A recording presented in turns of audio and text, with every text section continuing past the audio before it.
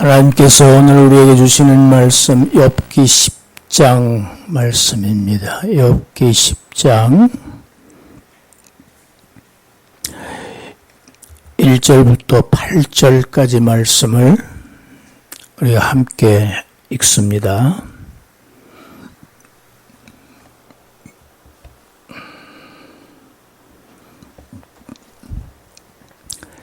내 영혼이 살기에 곤비하니 내 불평을 토로하고 내 마음이 괴로운 대로 말하리라.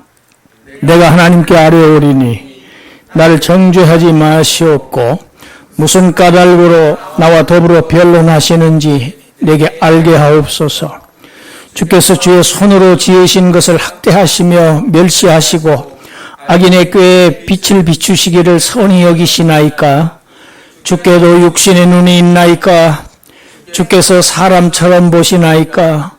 주의 날이 어찌 사람의 날과 같으며 주의 해가 어찌 인생의 해와 같기로 나의 허물을 찾으시며 나의 죄를 들추어 내시나이까?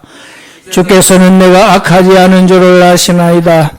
주의 손에서 나를 벗어나게 할 자도 없나이다. 주의 손으로 나를 빚으셨으며 만드셨는데 이제 나를 멸하시나이다.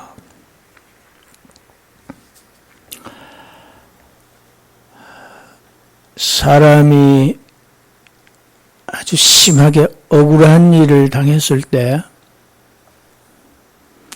어떤 제3자가 나서서 그렇지 않다,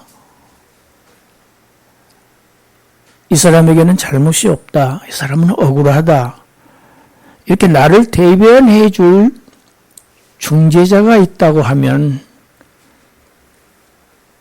참 마음 든든하고 참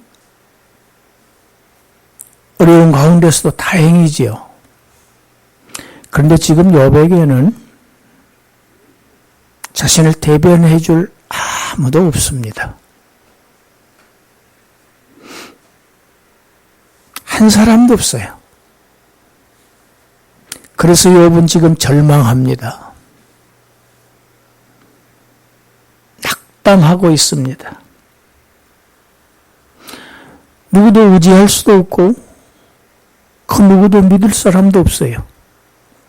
하소연할 사람도 없습니다. 글자 그대로 절망 상태입니다. 욥은 이제 자신이 스스로 자신을 변호하기로, 자신이 자신의 변호사로 나설 것을 결심합니다.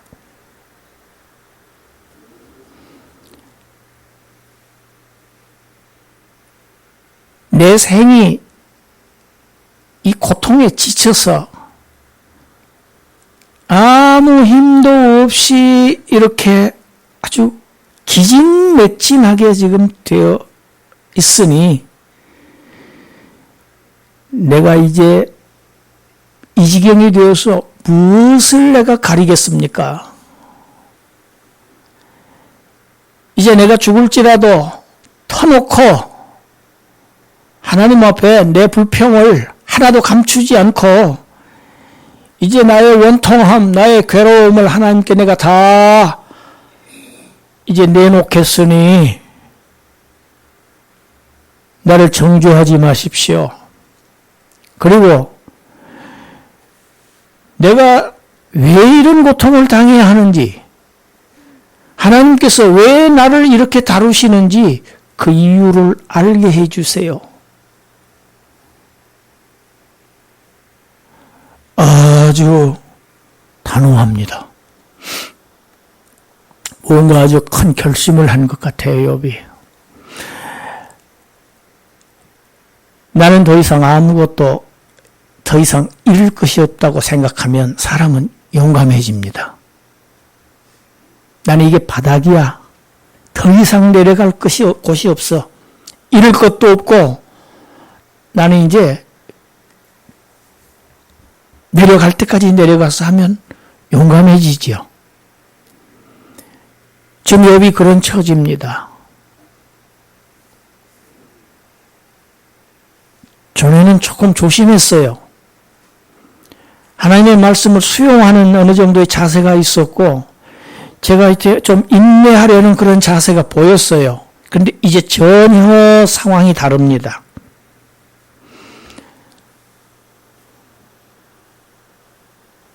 아주 하나님 앞에 정면으로 지금 맞서고 있는 듯한 그런 모습이 보입니다. 하나님 앞에 질문을 합니다. 따집니다.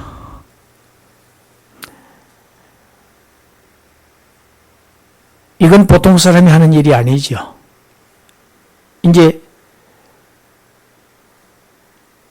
아주 더 이상 다른 방법이 없다고 생각했기 때문에 욥이 아는 게 있어요. 그런데 하나님이 자신을 지으셨다는 걸 압니다. 당신의 손으로 나를 지으신 것 내가 잘 알고 있습니다.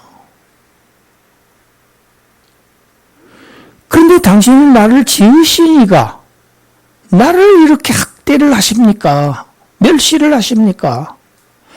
이거 혹시 하나님께서 아주 그 과학적인 즐거움을 지금 느끼고 계시는 것 아닙니까? 또 질문합니다. 아니, 악인을 더 잘되게 하시는 것, 거기 나쁜 짓 한 일도 없는 사람을 공경에 빠뜨리고 아주 나쁜 악한 사람들을 더 잘되게 하시는 것이 하나님 과연 그게 옳습니까?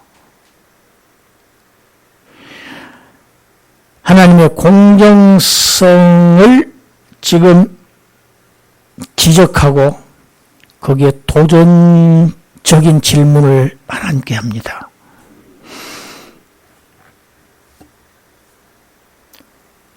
하나님 눈이 그러십니까?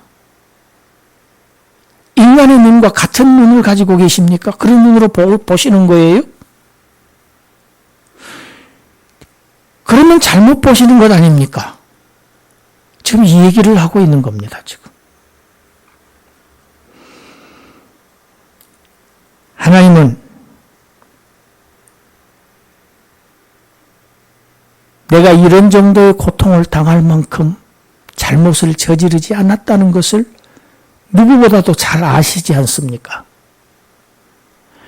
왜 알면서도, 왜 아시면서도 내 허물을 찾고 내 죄를 들추어내기 위해서 따라다니는 꼭 검찰관같이 나를 따라다니시는 것 아닙니까, 지금? 나를 지금 계속 추적하고 계시는 것 아닙니까? 욥은 지금 하나님이 자신을 따라다니시면서 괴롭힐 뿐만 아니라 아주 약자를 괴롭히는 그런 하나님으로 지금 인식하고 있습니다. 비난이죠. 이건 항변을 넘어서 하나님이 잘못되었다고 지금 비난에 가까운 항변입니다.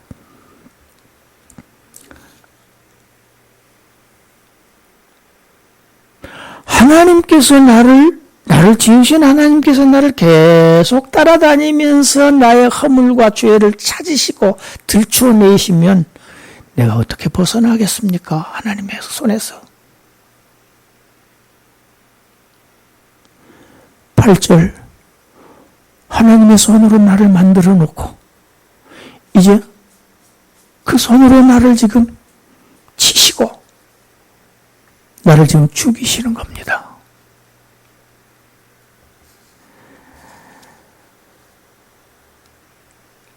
아주 절망합니다. 여기에 불평하면서도 하나님의 주권을 인정하고 있습니다. 우리 시편 139편 13절 잘 아는 말씀이죠? 함께 읽어봅시다. 주께서 내 내장을 지으시며 나의 모태에서 나를 만드셨나이다. 지금 이 얘기를 하고 있는 거예요, 지금. 우리 어머니 뱃속에서 나를 하나님께서 지으실 때 내 피부와 살을 나한테 입혀주시고 뼈와 힘줄로 엮어서 나에게 생명을 주신 이가 바로 하나님 아니십니까? 친히 나를 지으셔놓고 이제는 나를 죽여서 티끌로 돌아가게 흙으로 돌아가게 하시는 땅에다가 쏟아버리시려고 하십니까? 이건 도대체 뭡니까? 왜 내가 이토록 괴롭도록 나를 왜 이렇게 모질게 다루시는 겁니까?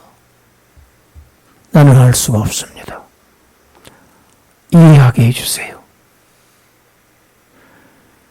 동시에 또 간청합니다. 항변합니다. 하나님은 일관성이 없습니다. 나를 지으시고 나를 또 멸하십니다. 하나님은 변덕스러운 하나님이 아닌가요?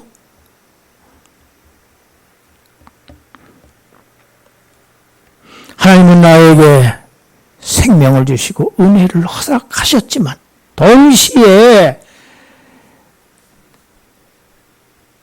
애당초 처음부터 나를 징벌하시기로 계획하신 것 같습니다.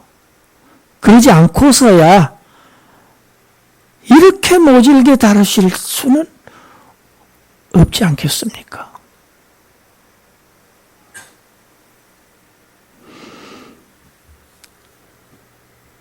아니, 내가 범죄하면 하나님 나를 당연히 벌하시겠지요.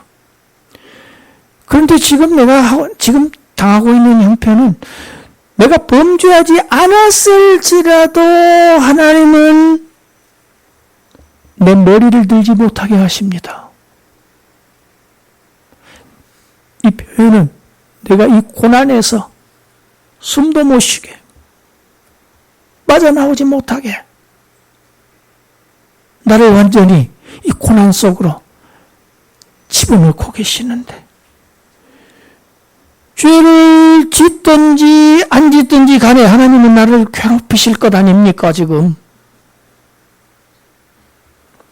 혹시 내가 이 고난에서 벗어나더라도 내가 길을 쓰고 벗어나더라도 젊은 사자처럼 하나님께서 나를 다시 치실 것이고 군대가 번갈아가면서 공격을 하듯이 환난을 연달아서 보내셔가지고 나를 공격하실 텐데 내가 어떻게 여기서 벗어날 수 있겠습니까? 절망합니다.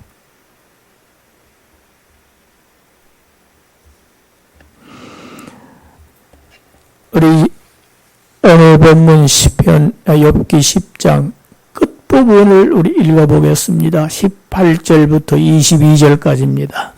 읽습니다. 주께서 나를 태에서 나오게 하셨으면 어찌함이니까. 그렇지 아니하셨더라면 내가 기운이 끊어져 아무 눈에도 보이지 아니하였을 것이라. 있어도 없던 것 같이 되어서 태에서 바로 무덤으로 옮겨졌으리이다. 내 날은 적지 아니하니까 그런즉 그치시고 나를 버려두사 잠시나마 평안하게 하시되 내가 돌아오지 못할 땅 곧 어둡고 죽음의 그늘진 땅으로 가기 전에 그리하옵소서. 땅은 어두워서 흑암 같고 죽음의 그늘이 져서 아무 구별이 없고 광명도 흑암 같으니이다. 욥은 다시 한번 자신의 출생을 한탄합니다. 그칠 줄 모르고 계속되는 이 고통 때문에 욥의 삶은 지금 엉망진창이 됐습니다. 정말 아무짝에도 쓸모없게 사람이 되어버리고 말았습니다. 쓰레기같이 되고 말았습니다.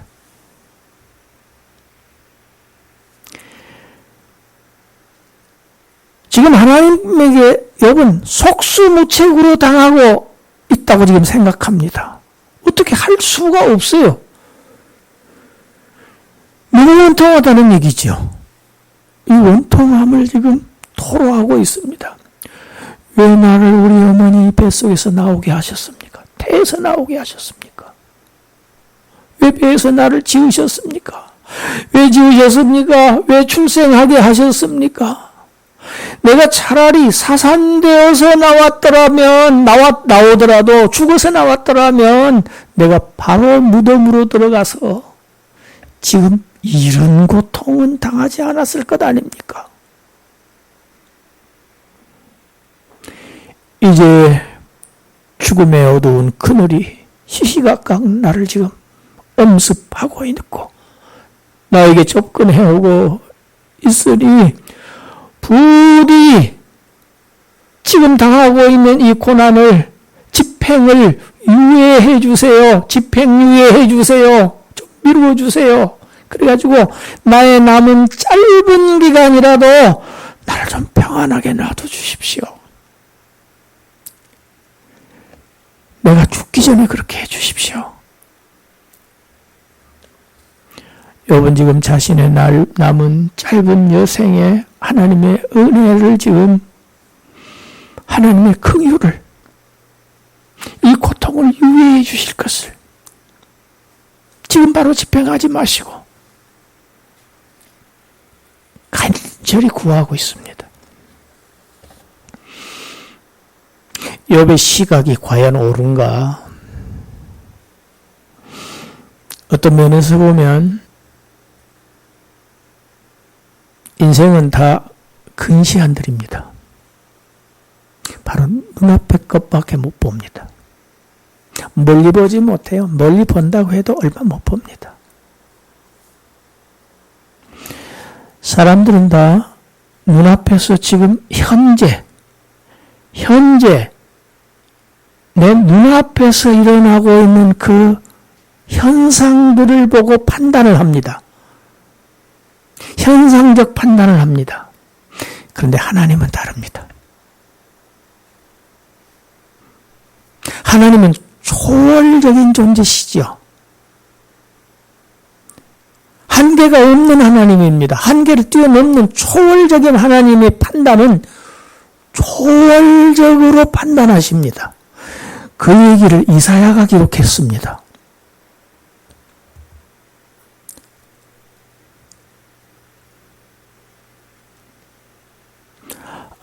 우리 중요한 말씀 하나가 지금 실수했습니다. 우리 성경 찾겠습니다. 이사야서 55장입니다.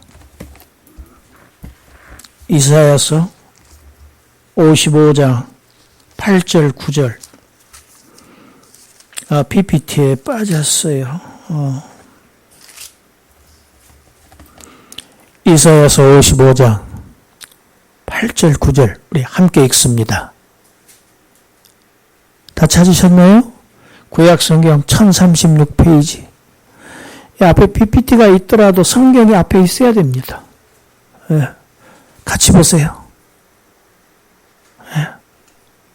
중요한 말씀. 함께 읽습니다. 시작. 8절 9절 시작. 이는 내 생각이 너희의 생각과 다르며 내 길은 너희의 길과 다름이니라. 여호와의 말씀이니라. 이는 하늘이 땅보다 높음같이 내 길은 너희의 길보다 높으며 내 생각은 너희의 생각보다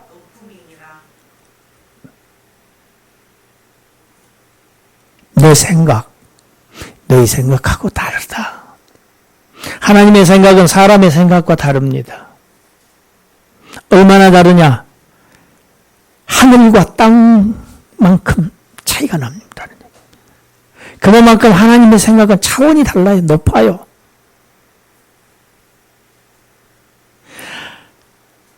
내 길은 너희의 길보다 높다. 얼마만큼? 하늘만큼 높다.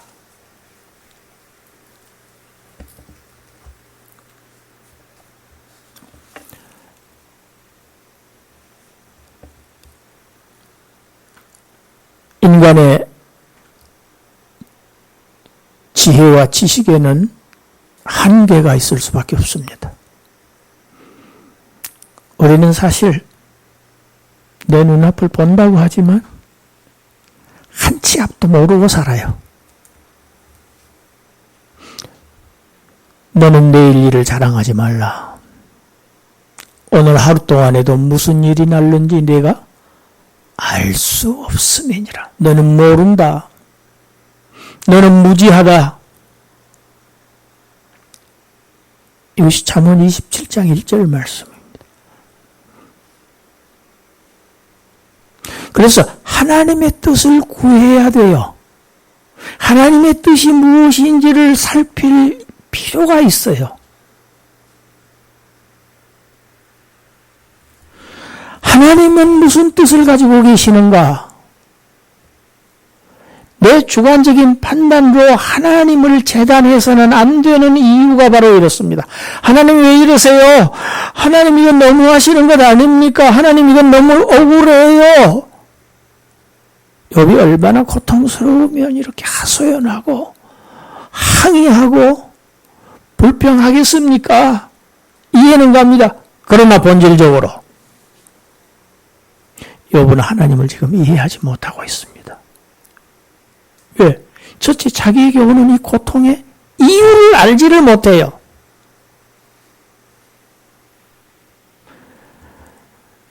우리 구약성경 에레미야 애가 3장 27절 28절 27절 8절 같이 읽습니다.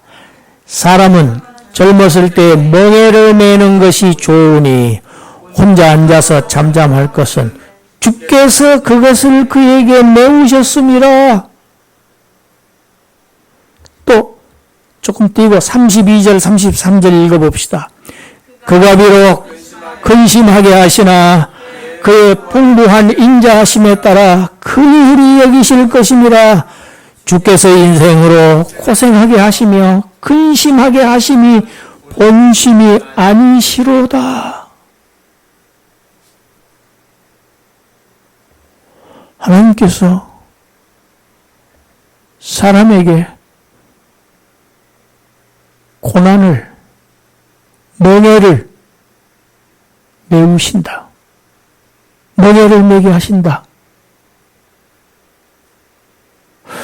우리가 그래서 그런 얘기 하지요. 세상에서도 그런 얘기 합니다. 젊어 고생은 사서도 하는 거 좋다.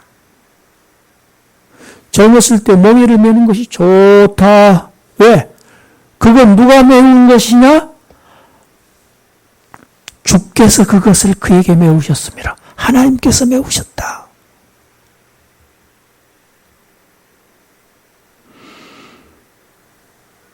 여러분, 하나님은요, 목적 없이, 이유 없이, 아무런 의미 없이 일을 하시지 않습니다. 우리도 마찬가지지요. 목적 없이 어떤 일을 합니까? 반드시 목적이 있죠. 하나님이 행하시는 모든 일은 하나님의 뜻이 계세요. 할렐루야. 목적이 계세요. 네. 하나님의 고난의 멍에를 메우신다. 멍에가 뭡니까? 괴롭지요. 벗어나길 수 없습니다. 풀어주어야 풀리는 게 멍에입니다. 자기 스스로 풀릴 수가 없어요, 멍에는. 여러분, 소에다가 멍에를 딱 찧어서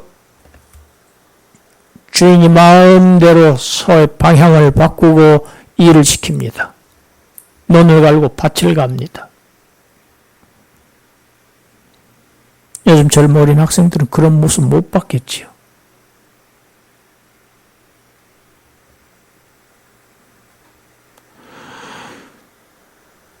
욥은 이제 그 하나님의 목적, 하나님의 그 초월적인 어떠한 뜻, 그걸 지금 이해를 하지 못하고 있어요. 욥만 그렇습니까? 우리도 마찬가지입니다.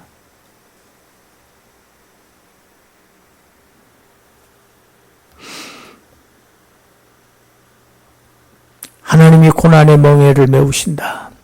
그러하니 하나님이 무엇인가 네가 알 수 없는 뜻을 가지고 너에게 고난을 명예를 매게 하신 것이니 잠잠하라, 기다리라.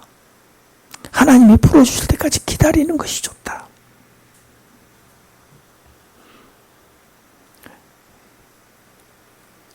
부모가 자기 자녀를 고생시키고 걱정하게 하고 근심하게 하는 것이 부모의 본심이 아니죠. 그런 부모 있습니까? 그런 부모 없습니다. 다 편하게 해주고 행복하게 해주고 하고 싶은 것이, 복받게 해주고 싶은 것이 모든 인간 부모의 마음도 그러할진데 너희 하늘아버지께서, 하나님께서 당신의 자녀를, 하나님의 자녀들에게 고난당하고 고통당하게 하는 것이 하나님의 본심이겠느냐?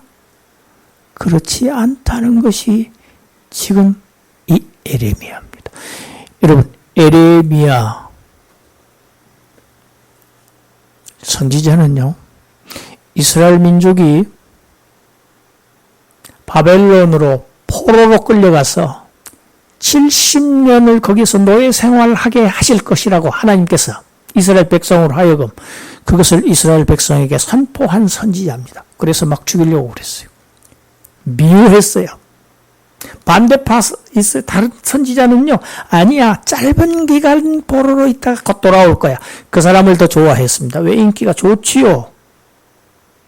근데 예레미야는 아니야, 70년을 꼭 채우고 돌아오게 하실 것이다. 70년 동안 노예 생활해야 된다. 이것이 하나님의 뜻이다. 하나님의 뜻을 그렇게 전한 선지자입니다. 그런데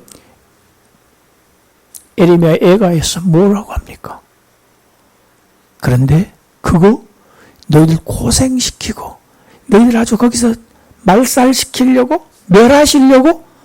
아니다, 그게 아니야. 너희 고생시키고 근심시키려고 하신 거 아니야. 이스라엘 백성들요, 성전에서 우상 숭배를 했어요.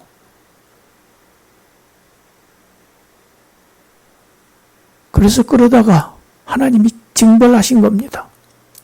그리고 예루살렘 성전, 우상 숭배하던 성전, 바벨론 군대가 다 회파해버렸어요. 다 없애버렸어요. 하나님이 그렇게 하신 거예요.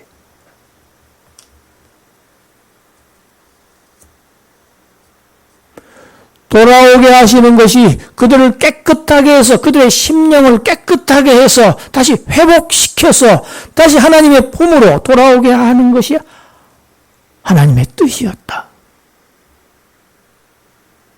왜?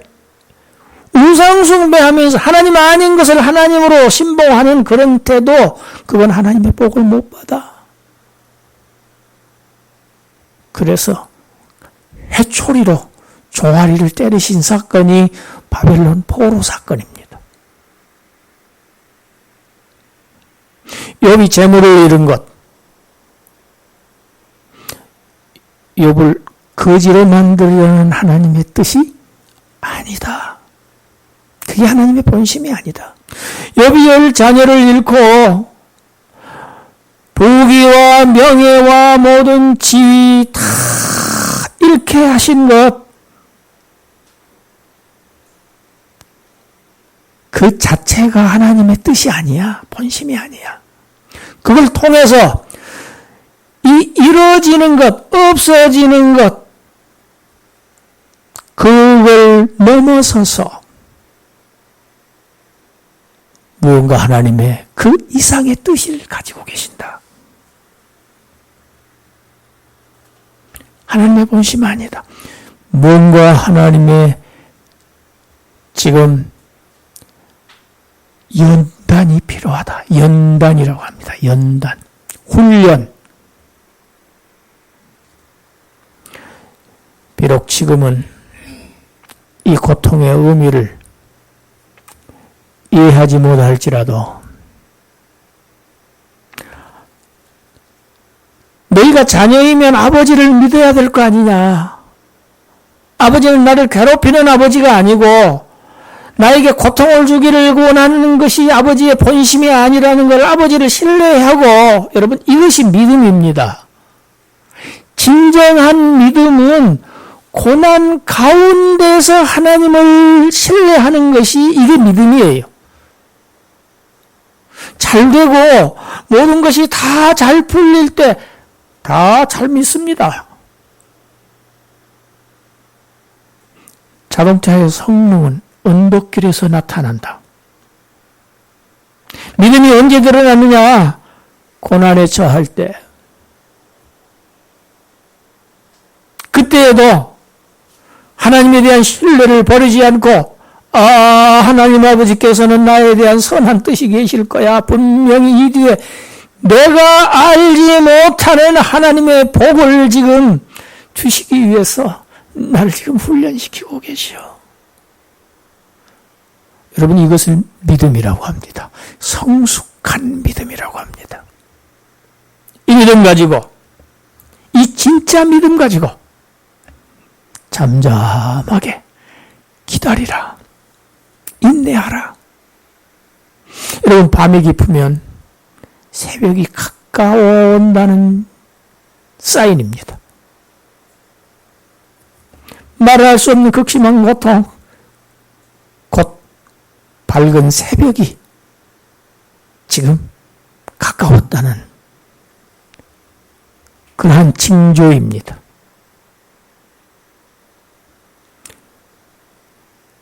지금은 이해하지 못해. 하나님의 뜻을 다 이해하지 못합니다.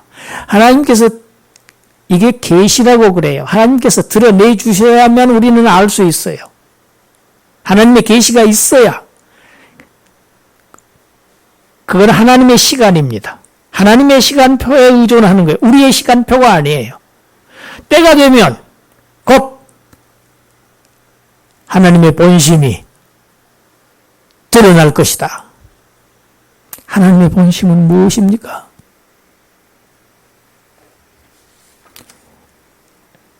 에레미야가 3장 32절 다시 한번 읽습니다. 그가 비록 근심하게 하시나 그의 풍부한 인자하심에 따라 긍휼히 여기실 것임이라. 근심하게 하시냐? 지금 근심하고 있느냐? 곧 그의 인자하심과 자비하심으로 늘 긍휼히 여기실 것이다.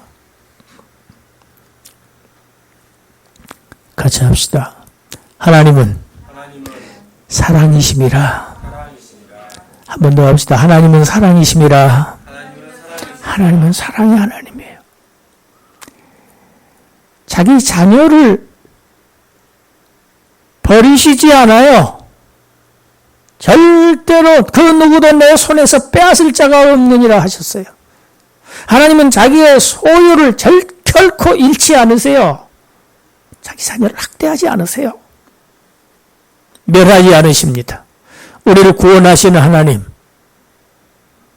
우리에게 영생으로 축복하시는 하나님, 그 하나님을 우리가 믿고 신뢰하며 지금 당하고 있는 이 고난의 몽에 하나님께서 내가 지금 모르는 어떤 이유, 더 큰 것, 더 좋은 것, 더 유익한 것, 더 많이 주시기 위해서 지금 잠시 나에게 이러한 시련을 허락하시는구나. 잠잠하게 기다리며 인내하며 하나님을 바라볼 때 곧 하나님의 본심이, 하나님의 사랑이 드러난다. 할렐루야. 고난을 이기는 비결 무엇이냐? 믿음입니다. 하나님을 신뢰하는 겁니다. 여러분, 자녀는요, 자녀가 누구를 믿겠어요? 자, 자녀된 분들에게 물어봐요. 지금 일이 닥쳤어요. 내 힘으로 지금 도저히 해결할 수 없는 일을 당했어요. 누구를 믿어요? 누구를? 내 힘으로 못해요. 아버지를 믿어야 되는 거 아니에요? 부모를 믿어야 되는 거 아니에요? 그 외에 무슨 방법이 있느냐 그 말이. 똑같습니다. 하나님은 인격적인 하나님이었어요. 인격이에요. 인격. 인생 아버지도 인생 부모도 자기 자녀를 사랑하고 돌보고 자비를 긍휼로 먹이고 입히고 살리고 따뜻한 겨울에 추우면 여름에 더우면 에어컨 켜주고 참 보살피는데 하물며 너희일까 보냐. 나를 신뢰하라. 나를 믿으라. 여러분, 이것이 고난을 이기는 그리스도인의 방법입니다. 방식입니다. 삶의 방식입니다. 승리하시는 여러분들 되시기를 바랍니다.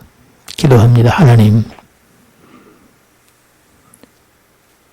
때로 우리에게 고난의 멍에를 매게 하실 때 욥의 고난을 우리가 배웠으니 욥의 고난의 마지막을 우리가 배웠으니 마찬가지로 우리에게도 곧 하나님의 본심, 우리를 사랑하신다는, 우리를 더 축복하신다는 그 기대, 그 소망 가지고 아버지를 바라보며 고난을 인내하며 잠잠히 기다리며